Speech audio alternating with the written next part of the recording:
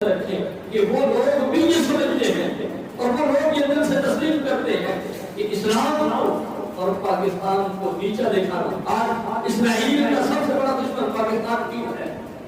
امریکہ کو پاکستان کیوں کھٹکتا ہے؟ اور اسلامی ریاستیں نہیں ہیں، سعودی عربیہ نہیں ہے، اور متحدہ عرب امارات نہیں ہے، کویت نہیں ہے، لبنان نہیں ہے، شام نہیں ہے، سیریا اور دیگر جو اسلامی ممالک ہیں، انڈونیشیا ہے، ملائیشیا ہے، وہ اس کو نہیں چکتے۔ صرف پاکستان کو سب کی نظر کیوں ہے؟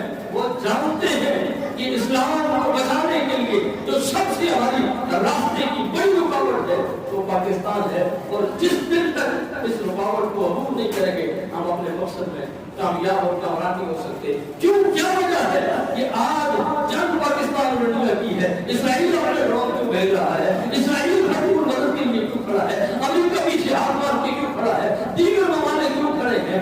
اور صرف اصل مقصد یہ ہے کہ وہ اس کو موڑا بنا کے اپنا مقصد حاصل کرنا چاہتے ہیں، لیکن تاریخ جاہل ہے، اللہ اور اس کے رسول کا فضل ہے کہ نہ وہ کل اپنے مقاصد میں کامیاب ہوئے تھے، نہ وہ آج اپنے مقصد میں کامیاب ہو سکتے ہیں۔ بلکہ میں